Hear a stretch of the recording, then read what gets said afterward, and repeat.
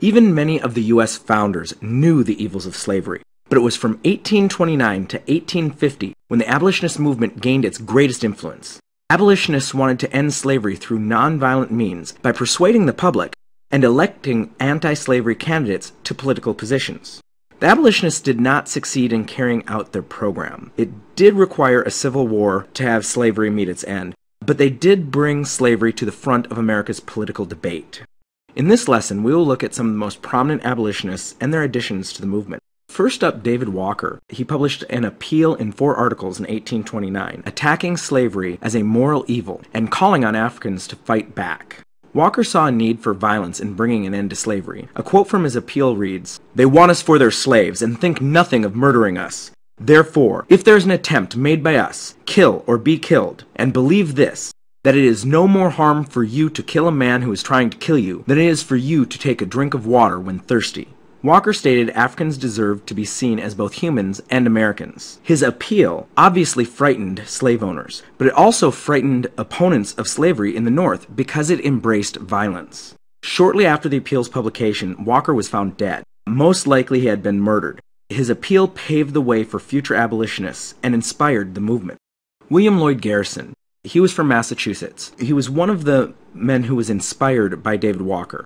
He started publishing an anti-slavery newspaper called The Liberator in 1831. This is what most consider the formal start of the abolitionist movement. Garrison was a devoutly Christian man, and he saw slavery as a mortal sin that could not be justified by economics or politics. In 1833, he brought together people in New England to form the American Anti-Slavery Society. The group included Quakers, evangelical Christians who opposed slavery, and other abolitionists. They pushed for an immediate end to slavery and equal rights for free blacks. Unlike Walker, they refused to advocate violence to end slavery. Frederick Douglass was an escaped slave. He used his excellent abilities as a writer in order to bring attention to the evil of slavery. Douglass' publication was called North Star.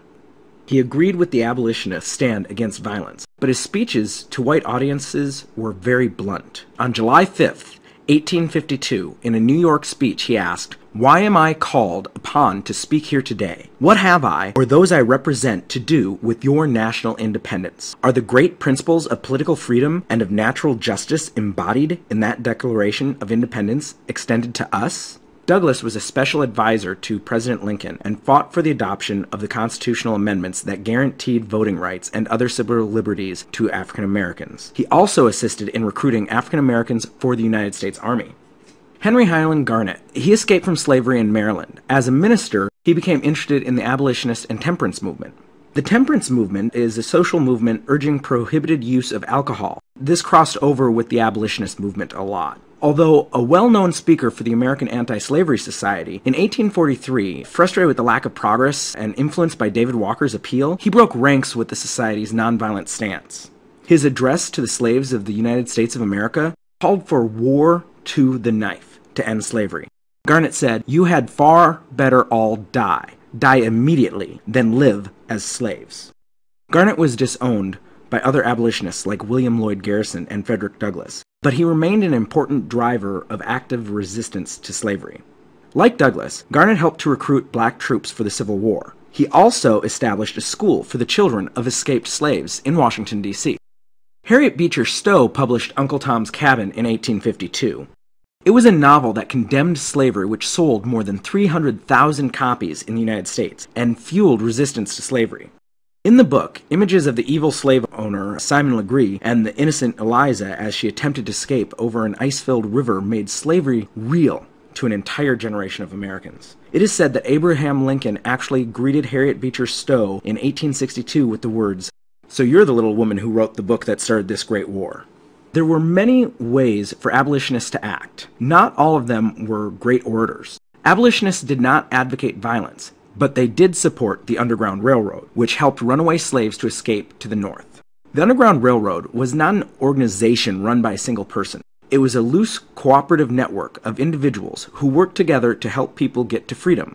From 1840 to 1860, about 20,000 slaves escaped through the Underground Railroad. Harriet Tubman was one of the most prominent conductors. She led hundreds of slaves to freedom. Tubman also worked as a spy for the Union during the Civil War, and aided John Brown in recruiting members for his raid of Harper's Ferry. So to recap, the abolitionist movement spanned decades, and although slavery was not ended peacefully, these great Americans were some of the driving force behind the anti-slavery movement. David Walker's An Appeal in 4 Articles inspired the movement. William Lloyd Garrison's publication, The Liberator, formally began the abolitionist movement. Frederick Douglass' powerful speeches and his publication of the North Star also helped lead the movement. Harriet Beecher Stowe's book, Uncle Tom's Cabin, inspired many to support abolition. Others, like Harriet Tubman, supported the movement through direct action in the Underground Railroad.